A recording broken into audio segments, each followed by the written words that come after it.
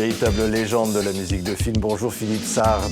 Bonjour mon cher. Ça fait 50 ans qui séparent ces deux musiques, Les choses de la vie de Claude Sauté, du tout dernier Jacques Doyon, Rodin. 350 musiques de films. Vous avez composé toute votre vie, Philippe Sard. C'est-à-dire que j'ai commencé à 3 ans à apprendre la musique, même à 2 ans et demi, on peut dire. J'étais déjà au conservatoire pour le solfège, très tôt, parce que ma mère était chanteuse à l'opéra. Donc elle m'a foutu chez un très grand professeur de solfège. Et à 9 ans, je suis rentré au conservatoire. C'est incroyable. Vous rentrez J'ai au travaillé, conservatoire. oui, au National de Paris, quoi. Qui est maintenant ailleurs, mais qui a été avant rue de Madrid. Et j'ai surtout travaillé avec des personnes extraordinaires. J'avais un professeur de composition, enfin d'harmonie, de machin, enfin de tout ce qui s'appelait Noël Gallon, qui était un professeur extraordinaire parce que c'était un professeur qui était sur le point de s'en aller, de prendre sa retraite, quoi. Et ça a été le professeur de très grands compositeurs comme Dutilleux, comme tous ces gens-là. Enfin, Noël Gallon, c'est une sommité. Et j'ai été, je dois le dire, son dernier élève.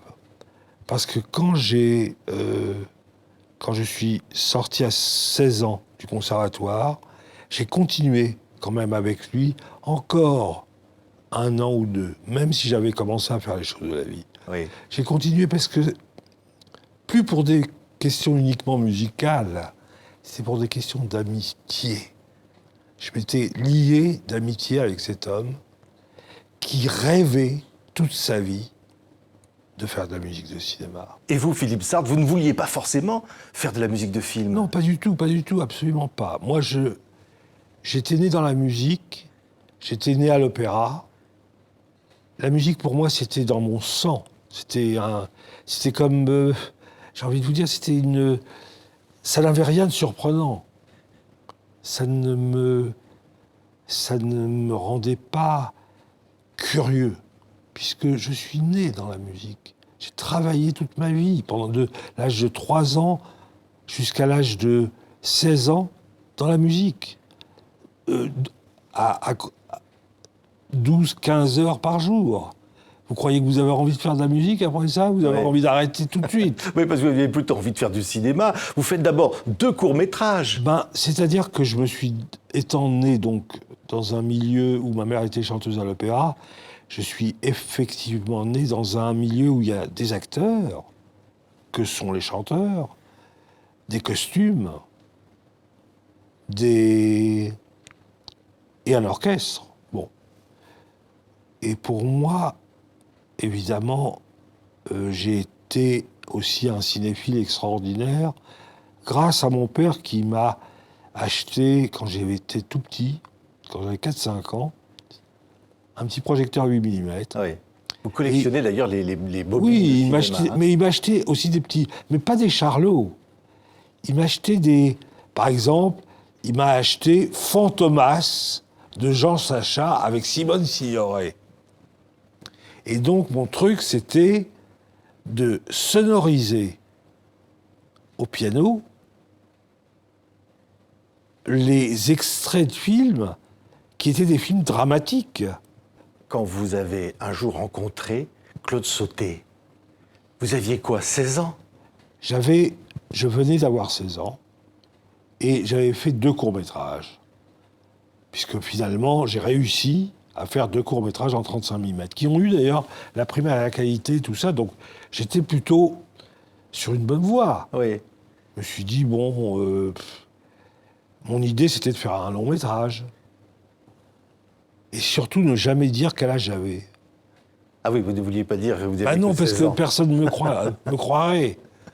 Mais bon, à la limite, je m'en foutais. Quand vous rencontrez Claude Sauté, alors? On m'appelle un soir, un producteur m'appelle, me dit, voilà, j'ai coproduit un film d'un type qui s'appelle Claude Sauté, pour moi inconnu au bataillon. Sauté avait disparu du paysage cinématographique depuis 10 ou 12 ans. Il avait arrêté après deux échecs, un film extraordinaire qui était son premier mais qui n'a marchoté, et son deuxième qui a été un réel échec commercial. Donc, Claude Sauté, je ne savais pas qui c'était. Donc, tranquille. Oui, d'accord, tu as fait un film avec Claude Sauté, ok. Comment il s'appelle, je lui demande. Il me dit, voilà, Les choses de la vie. Je lui dis, Les choses de la vie de Paul Guimard. Mais comment vous avez pu tourner un truc pareil? J'ai lu le bouquin, c'est pas tournable. C'est un bouquin allégorique, c'est pas un bouquin... Mais qui a fait la... Vous avez... Alors, il m'a dit, c'est Jean-Loup Dabadi. Et je connaissais un peu Jean-Loup Dabadi. Pourquoi? Parce que j'avais écrit 2 chansons pour Régine, qui s'appelaient dont J'ai la boule au plafond. Et qui était un tango qui a marché à l'époque extraordinairement bien. Et Régine, quand elle a enregistré J'ai la boule au plafond, elle a enregistré en même temps une chanson qui s'appelait L'accident, qui était en fait, l'accident, c'était l'histoire des choses de la vie. Vous êtes, vous, gamin, Et il vous dit, vous lui proposez de composer. Non, les choses de la vie, le type me dit, est-ce que ça t'intéresse de rencontrer Claude Sauté? Alors, il me dit, je lui dis, avec qui c'est? Bon, à part le scénario qui me semble, mais qui, moi, me rappelle cette chanson de Régine. Donc, je me suis dit, tiens, j'ai quand même... Mais ça, je ne l'ai pas dit au téléphone. Il me dit, est-ce que c'est avec Romy Schneider? Romy Schneider, si, pour moi. J'avais 16 ans. Hein. Donc, Romy Schneider, inconnu au bataillon. Michel Piccoli, non, je le connaissais un peu mieux, vu étant cinéphile. J'avais vu dans quelques films de Melville, mais en second couteau, vous voyez ce que je veux dire. Mais grand acteur. Je lui dis, écoute, qu'est-ce que je risque de rencontrer ton bonhomme, même si le scénario me semble totalement... Enfin, on va voir. Quand j'ai lu le pitch, tout d'un coup, il y a eu un truc qui m'est venu à l'esprit. Il y a un climat. Un climat qui comportait quand même une chose essentielle, on va dire, les premières mesures des choses de la vie. Ouais. J'ai pris un bout de papier, j'ai écrit les accords, j'ai écrit le début de la mélodie, et j'ai attendu que Claude Sauté arrive. Comme il est arrivé à 7h du soir, j'étais en pyjama, vu que je me lève le matin très très tôt. À 7h du soir, je m'en pyjama parce qu'on n'en a rien à foutre. Pyjama ou pas pyjama, je connais personne. Donc, j'en ai rien à foutre. Je reçois ce bonhomme, je lui ouvre la porte. Je vois arriver un bonhomme aux cheveux blancs, mais plutôt sympa. Je lui ai dit, écoutez, vous savez, j'ai fait beaucoup, je suis très calé en musique. Et elle me dit, écoutez, oui, d'accord, et alors et alors, je pense, j'ai compris dans sa tête que ça ne l'intéressait pas du tout, ce que je lui ai raconté. Je lui ai dit, mais attendez, avant que vous veniez quand même, ce matin, j'ai été prendre le technicien du film, où j'ai trouvé le pitch de votre film. Enfin, l'histoire, quoi, la colonne vertébrale, on va dire. Et j'ai écrit une douzaine de mesures. Si vous voulez, je vous les joue. Oui. Vous lui jouez tout de suite, là. Ouais. Alors, il s'assoit sur le canapé à côté, donc je ne le voyais pas. Moi, je m'assois devant mon piano et je prends ma partition, je la mets devant moi et je commence à lui jouer le début du thème de la vie. Silence total. Je me suis dit, ça l'emmerde. Et je me retourne et je vois un bonhomme avec les larmes dans les yeux. Il me dit, c'est ce que je cherche. Vous êtes libre demain? Je dis, oui. Il me dit, venez voir le film. Écoutez, cette musique, Philippe Sard, c'est évidemment celle de Romy Schneider. Écoutez quelques instants. Nous sommes septembre et j'ai fermé ma chambre. Le soleil n'y entrera plus. Tu ne m'aimes plus. Romy Schneider, vous arrivez à la convaincre de chanter. C'est-à-dire De chanter que, sur votre musique. c'est-à-dire que je vois le film. En voyant le film le lendemain, donc, je dis à Claude, qu'est-ce que Romy est belle. Qu'est-ce que Romy Schneider est belle. Et tout d'un coup, il a eu les larmes aux yeux encore une fois. Et je lui dis, mais je pense qu'il y a un petit problème. L'accident, vous voyez, il y a comme un... Il n'est pas préparé. Donc c'est formidable. C'est formidablement tourné. Là, tout d'un coup, c'est le cinéaste qui parle à un type qui est réellement, enfin, qui vient de faire un film. Je lui dis, il y a un problème, ça me gêne, excusez-moi, mais il y a un problème, c'est que l'accident arrive, mais il n'est pas préparé. Donc, ça me gêne un peu sur l'émotion sur l'accident. Je lui dis, est-ce que vous n'auriez pas par hasard des images de l'accident que vous ralentiriez et qu'on mettrait au début du film?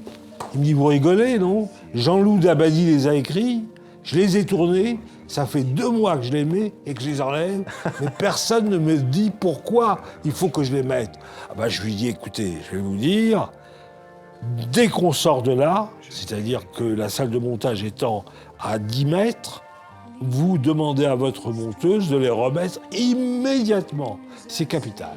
Ce qui est extraordinaire, c'est qu'on parlait de Romy Schneider. C'est une rencontre capitale dans votre vie, Philippe Sard. C'est une rencontre capitale dans ma vie parce qu'après avoir fait la musique des choses de la vie, j'ai dit à Jean-Loup, qui était donc un parolier, je lui ai dit, Jean-Loup, on ne peut pas laisser ce thème sans être chanté, Oui. sans en parler à sauter. Jean-Loup a écrit un texte sur ma musique, enfin sur le thème. Le texte était superbe. Et on est allé voir Romy, qui habitait dans un appartement en location avenue Foch. Romy commence à chanter la chanson avec Jean-Loup qui l'aide, moi, au piano. Il y avait un immense piano. Et déjà, elle était là, la chanson. 8 jours après, on enregistre.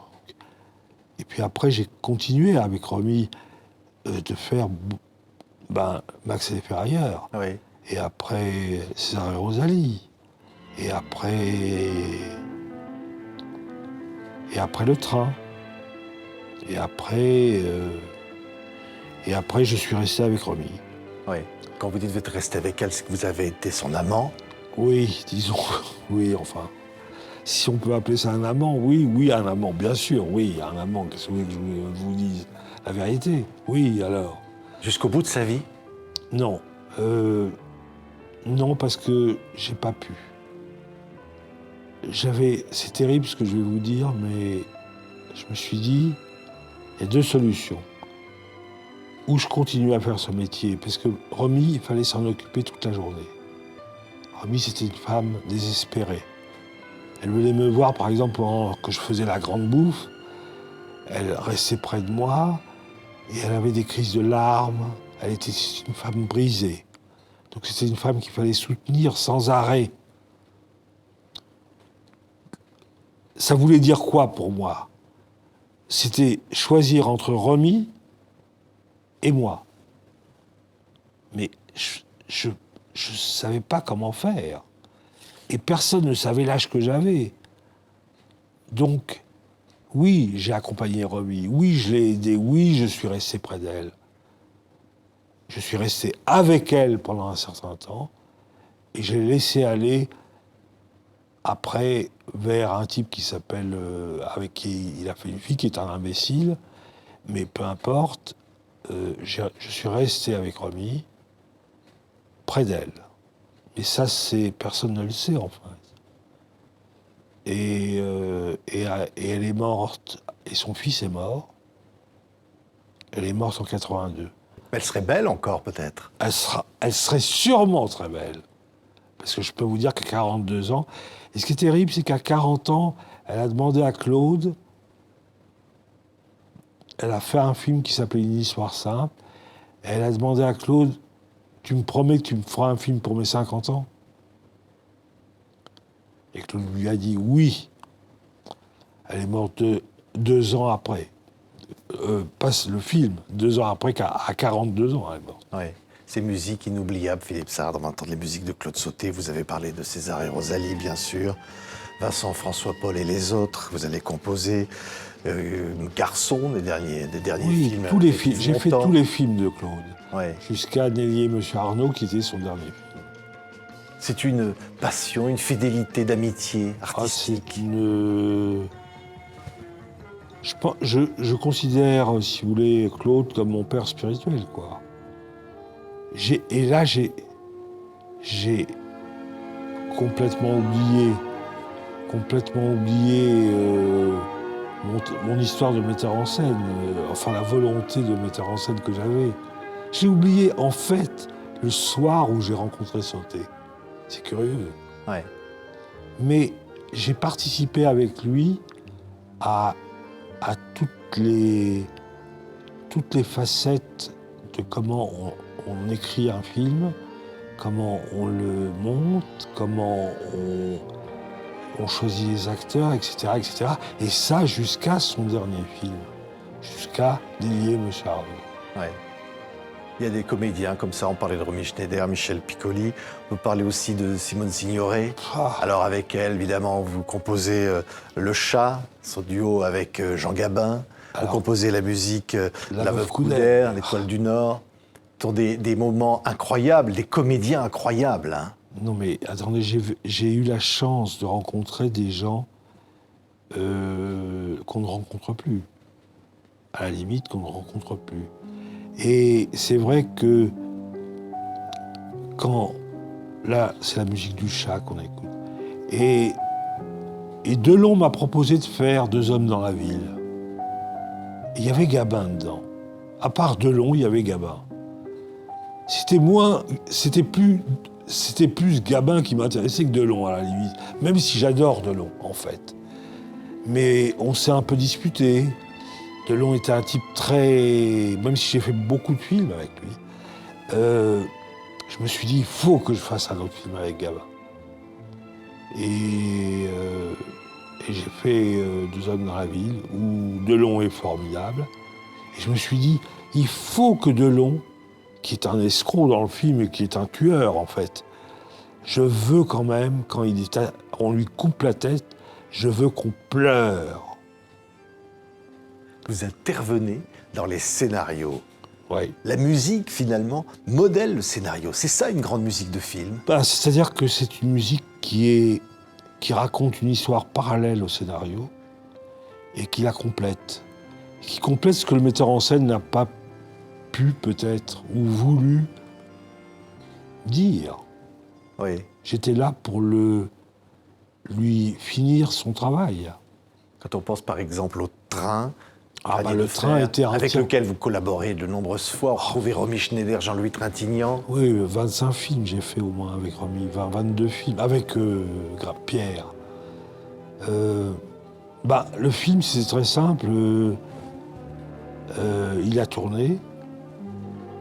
Et j'ai vu une image, ça me suffisait, de Romy. Je lui ai dit, montre-moi juste un plan de Romy.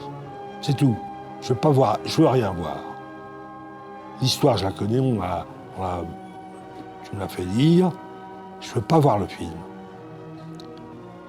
Montre-moi simplement comment est Romy là. Même si je connaissais Romy, évidemment, dans la vie. Mais dans ton film, parce qu'entre la vie et le film, il y a un écart considérable. Donc, je lui dis, comment elle est dans le film? Montre-moi une image. Une image. Il me montre une image, et je lui dis, OK, c'est tout, ça me suffit. Et je passe 3 mois à écrire la musique du train. Et je vais l'enregistrer avec 90 musiciens. Et j'appelle Pierre, je lui dis, bon, bah, j'ai fini d'enregistrer, viens écouter la musique de ton film. Et Pierre s'assoit, écoute la musique, et me dit, merde, j'aurais dû faire le film comme cette musique. Je lui dis, non, Pierre, si tu l'avais fait comme la musique, ma musique n'aurait jamais fonctionné avec ton film. Est-ce que Marco Ferreri aurait dû faire La Grande Bouffe comme votre musique? Écoutez cette musique, ce scandale au Festival de Cannes. Attendez, La Grande Bouffe, je vais vous dire. La Grande Bouffe, on est allé chez Prunier, on a fait La Grande Bouffe, on est retourné chez moi. Ferreri a dit, est-ce qu'il n'y aurait pas des putes?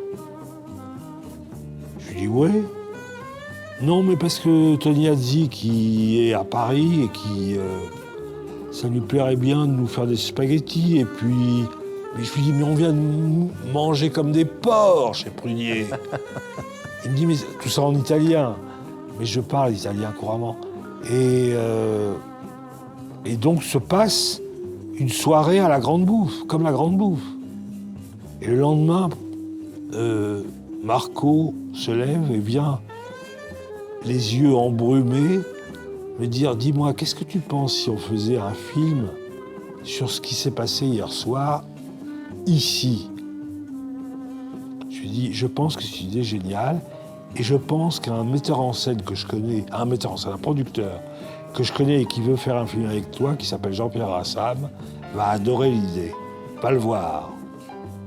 Tu ressortiras dans 20 minutes avec un contrat signé. C'est ce qui s'est passé. Et le scandale à Cannes. Incroyable. Cannes, c'était terrible. Parce que le président du jury à Cannes, c'était Ingrid Bergman, qui a fait des pipes à tout Hollywood. Et comme j'ai fait le dernier film de Rossellini, mis cette pute de Bergman, qui est membre du jury, et j'ai été vers elle, je lui ai dit, vous êtes une salope. Et vous osez dire des saloperies sur un film qui sera un film pour toute la vie, pour tout le monde. Vous n'avez rien compris. Vous faites semblant de n'avoir rien compris. Une histoire d'amitié, c'est avec Bertrand Tavernier, Philippe Sard. Alors oui, parce que évidemment, Tavernier, on commence avec l'horloger de Saint-Paul, il y a Coup de torchon, il y a Le juge et l'assassin, La fille de D'Artagnan. Et puis La princesse de Montpensier, Oui. puis plein d'autres films. Oui, enfin, j'ai fait ses plus beaux films. Oui, c'est un compositeur extraordinaire parce qu'il vous amène dans tous les univers. C'est-à-dire que grâce à Bertrand, il sait qu'avec moi, je peux toucher à tout.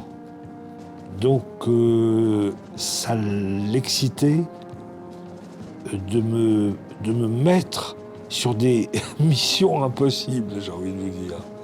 Et comme je travaillais avec lui aussi sur le montage,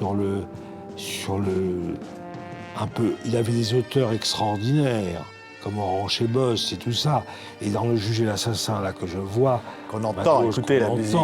Ouais. En tout cas, c'est un sublime Galabru qui est là.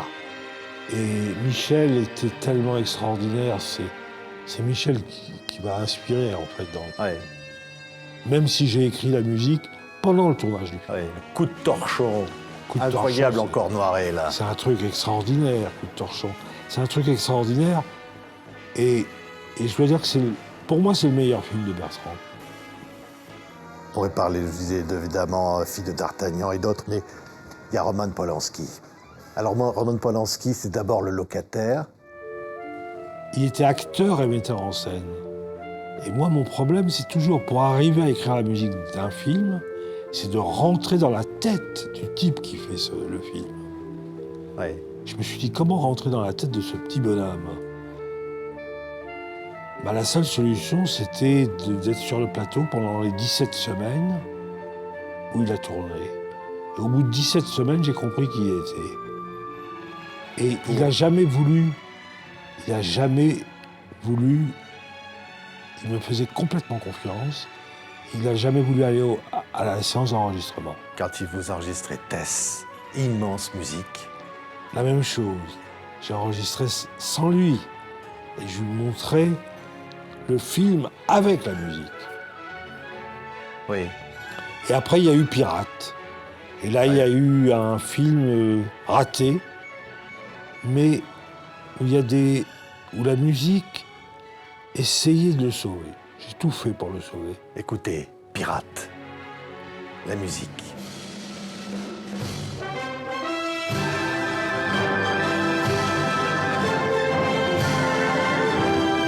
Le problème des pirates, c'est que le bateau ne bougeait pas.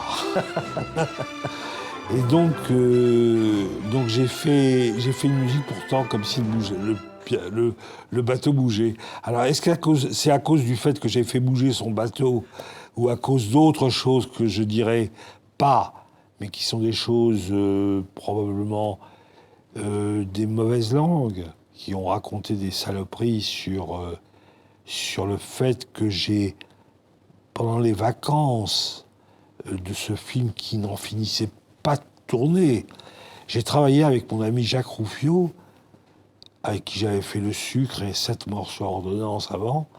J'ai travaillé sur un film qui s'appelait avec Piccoli et Serrault, qui était complètement dément. Et pendant 8 jours, et Juliette Binoche. Et ça me changeait de ces foutus pirates où je suis resté un temps infernal.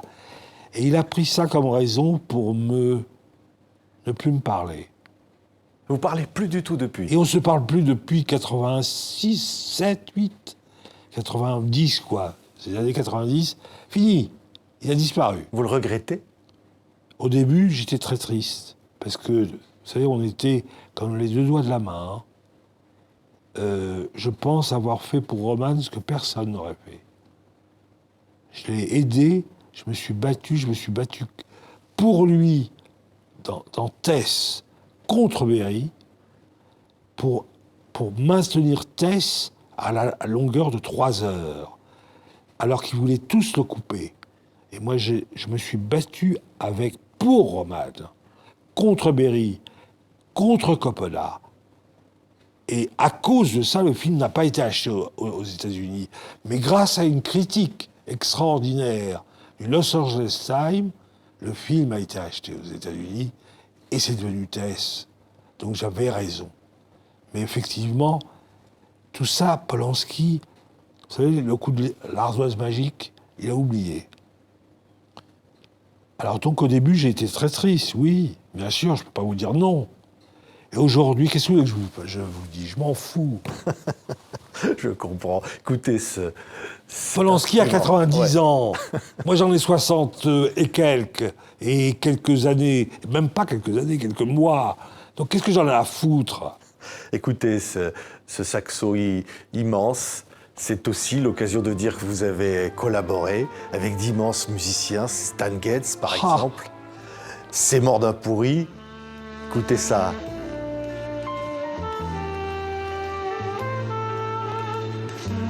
L'homme le plus extraordinaire, flic ou voyou, avec Belmondo, l'homme le plus extraordinaire, Georges Lautner, avec qui j'ai fait 25 films, qui est un homme qui a fait de très mauvais films, et j'essayais de sauver les meubles, mais en rigolant, parce qu'on savait tous les deux que c'était insauvable. Mais on les sauvait quand même. Je sais pas comment.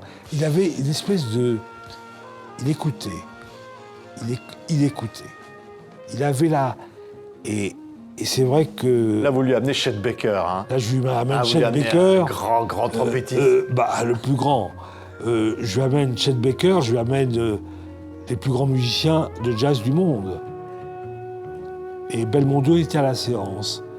Et effectivement, il était très, Quand il a vu, parce que on voyait l'image en même temps qu'on enregistrait la musique, et quand il a vu, il s'est vu porté par la musique, joué par ces grands solistes.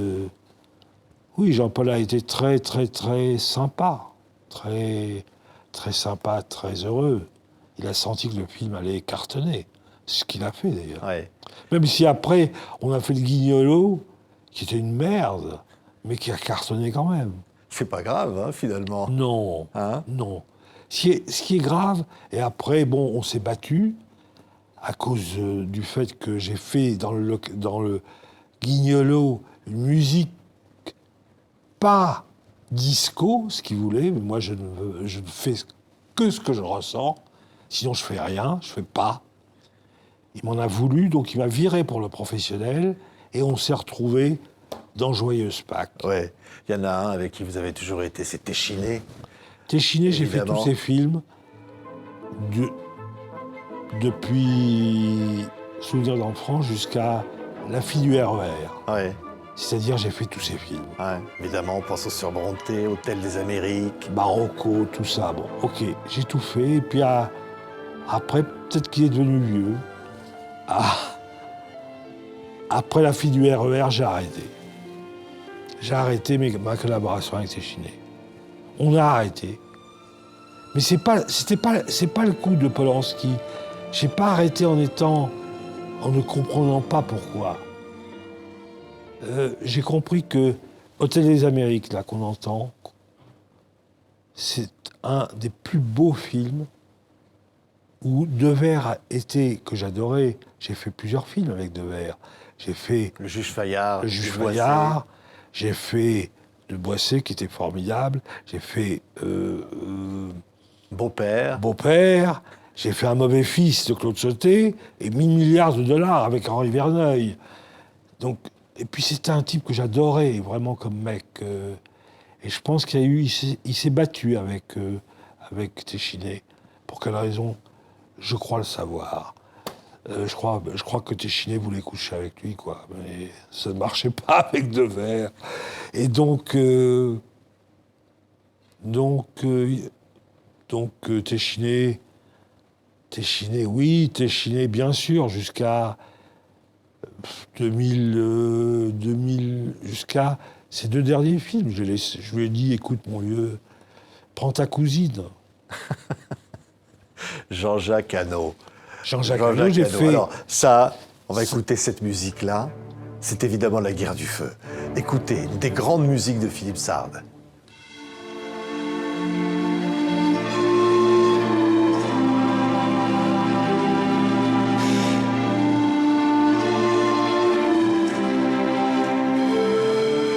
Là, on est dans la préhistoire.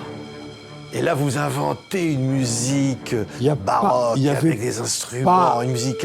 Il n'y avait Oui. pas un dialogue dans le film. Quand j'ai vu le film, en Amérique, c'était à Toronto, hein, c'était produit par la Fox. Je me suis dit, il y a deux solutions. Ou j'ai senti qu'il y avait quelque chose dans le film, mais comment convaincre des gens de me laisser enregistrer 1h30 de musique, presque 1h30, avec 250 musiciens. Et alors, il y avait l'ours aussi. Après, il y a eu l'ours. Composé, évidemment. Après, il y a eu l'ours, et puis après Jean-Jacques est allé vers je sais pas où. C'est pas très grave. Vous savez comme quand quelqu'un a eu des hommes qu'il a aimés énormément. Sauté, Ferreri, Tavernier, Polanski, des amoureux mais platoniques évidemment. Téchiné, tous ces gens-là, il a aimé énormément, j'ai aimé énormément de gens. S'il y en a un qui vous plante, vous vous dites, j'ai quand même aimé un tel. Ouais. Dans le cinéma, j'ai aimé Romy. Bon, ok, ça va. c'était la plus belle. J'aimais la plus belle. Donc je me fous des autres. J'ai cette espèce de, vous savez, de grand philosophie. Quand vous avez connu le meilleur, vous n'allez pas plus bas. Quand vous avez connu le caviar, Romy c'était du caviar, vous n'allez pas manger des œufs de limpe. Il vaut mieux manger un bon pâté de campagne. Vous voyez ce que je veux dire? C'est tout, c'est très simple. Il y a des musiques de polar, tout simplement. Je pense à Alain Corneau. Alain Corneau, j'ai fait... Le choix des armes. Le choix des armes, et j'ai fait... Oui. Très musique fait entièrement avant le film, et Corneau a tourné entièrement sur la musique. Ouais. Il y a une autre musique, c'est Force Sagan, Corneau, avec un immense Depardieu, Sophie Marceau. Extraordinaire. Ce film-là, finalement, pour un compositeur, c'est l'occasion. Il y a des comment dire, des univers qui vous inspirent. Ah oui, j'ai essayé. Mon problème, comme j'ai fait énormément de films, c'était de toucher à tout. Mais de toucher à tout sans faire ce qu'on appelle du... Vous voyez ce que je veux dire? Toucher à tout sans être un touche-à-tout, justement.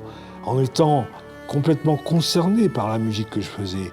Et ça, je le dois à mes études musicales et à ma grande connaissance du cinéma qui m'a permis de toucher à tous les univers.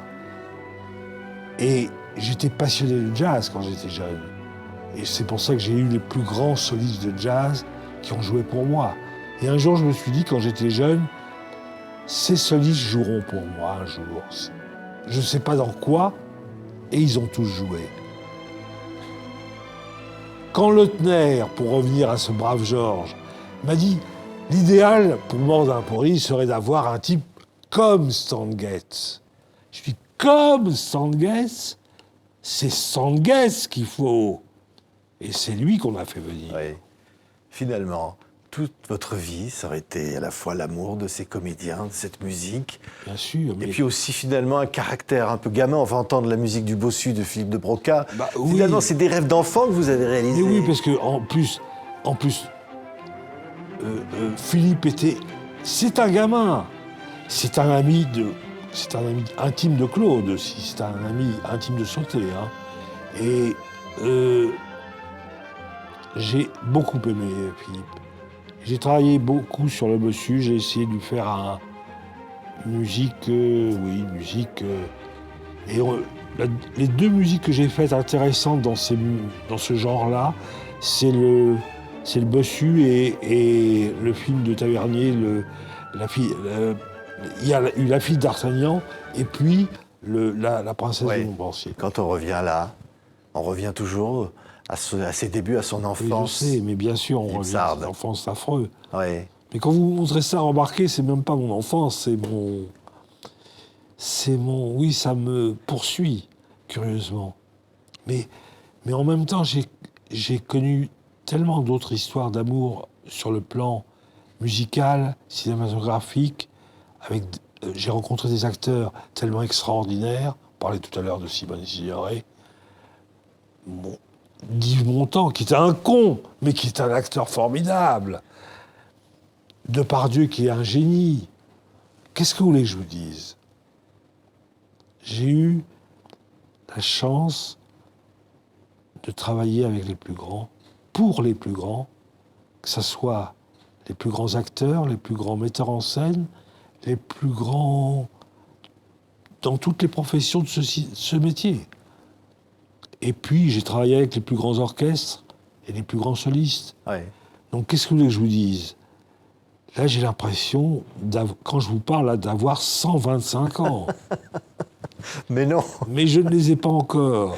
Non. Mais ces musiques-là n'ont pas d'âge. On va réentendre la voix de Romy. Je pense pas. On va réentendre la chanson d'Hélène. Ça n'a pas d'âge parce que vous avez écrit des chansons, vous vous dites quelque part, qui sont immortelles, des musiques qui sont immortelles, Philippe Sard. Je pense que ma musique, j'ai essayé qu'elle soit jamais à la mode. Donc, il a fallu que je me batte pour me battre contre la mode. Mais j'ai réussi à me battre contre la mode. C'est pour ça que ces musiques, on peut les entendre aujourd'hui, on a l'impression qu'elles ont été faites hier. Oui. Donc c'est pas un problème. Ça accompagne la vie, une musique de film. Je pense que ça accompagne la vie. Vous savez, avec Jacques Doyon, par exemple, j'ai fait 10 films avec lui. Les 10 films où il y a de la musique. Et Rodin et son dernier film qu'il vient de faire, donc... et c'est vrai que Jacques est un homme totalement extraordinaire. C'est aussi un homme très émouvant. Le problème, c'est que ce qui me touche, c'est quand l'homme est émouvant. C'est quand il y a quelque chose qui passe. Mais c'est au stade de l'émotion, vous voyez ce que je veux dire? Et quand ça passe au stade de l'émotion, je me bats pour lui. Je me bats pour qu'il ait exactement ce qu'il a dans la tête. Quand vous regardez le film, avec votre musique, que vous le découvrez pour la première fois, Je suis des fois angoissé, mais si ça marche avec l'image, et si ça amène quelque chose à l'image, je pense que j'ai fait ce qu'il fallait faire. Mais si on l'écoute seul, la musique, elle tient. Elle n'a plus besoin d'image. Et c'est ça a été ça mon challenge, de dire la musique toute seule, elle tient, la musique avec l'image, elle la supporte, elle la complète. merci beaucoup Philippe Sard. Merci à vous. Qu'est-ce qu'on peut dire de vous finalement? Je suis un fou, furieux. Un fou furieux, mais qui s'assume. Je pense que je suis quelqu'un de très sensible, très fragile. Et heureusement que j'ai rencontré des metteurs en scène qui l'ont tout de suite vu. Tout de suite. Claude Sauté. Tout de suite. Merci beaucoup. Merci Philippe Sard d'avoir été notre invité. Merci à vous.